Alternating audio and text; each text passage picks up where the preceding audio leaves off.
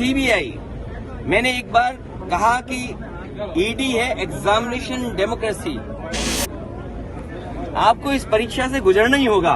कम से कम बीजेपी कांग्रेस के रास्ते चल रही है। आपको इस परीक्षा से गुजरना ही होगा। कम से कम बीजेपी कांग्रेस के रास्ते चल रही है।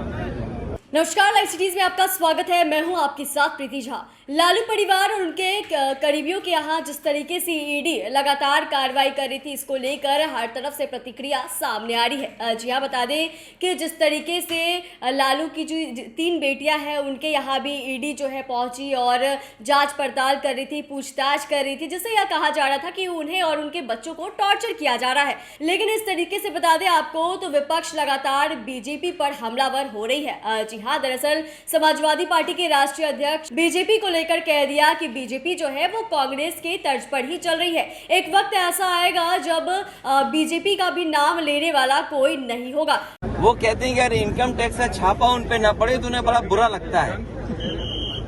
तो गुजरात के लोग तो इस बात को जानते हैं। और इनकम टैक्स, ईडी, सीबीआई, मैंने एक बार कहा कि ईडी है एग्जामिनेशन डेमोक्रेसी। आपको इस परीक्षा से गुजरना ही होगा। कम से कम बीजेपी कांग्रेस के रास्ते चल रही है। इस देश में जो परंपरा कांग्रेस ने डाली थी, उसी रास्ते पे भारतीय जनता पार्टी चल रही है। भारतीय जनता पार्टी कोई नया काम नहीं कर रही। ईडी, सीबीआई, इनकम टैक्स से छापे मारना, और जो लोग छापा मारते हैं वही हश्र होगा जो कांग्रेस का हुआ है।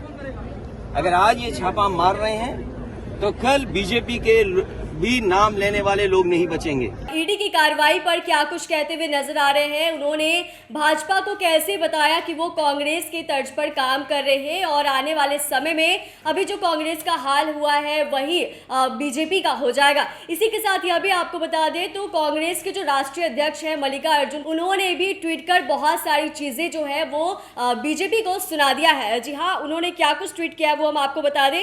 तो सबसे पहले जैसे ये ईडी और सीबीआई की कार्रवाई चल रही थी लालू परिवार और उनके करीबियों के ऊपर, इसको लेकर ट्वीट किया था कि मोदी सरकार विपक्षी नेताओं पर ईडी सीबीआई का दुरुपयोग कर लोकतंत्र की हत्या को कुत्सित प्रयास कर रही है। जब देश से भगोड़े करोड़ों लेकर भागे तब मोदी सरकार की एजेंसियां कहां थी? जब परम मित्र की संपत्ति आसमान छूती है तो जांच क्यों नहीं होती है? इस तानाशाही का जनता जवाब जरूर देगी।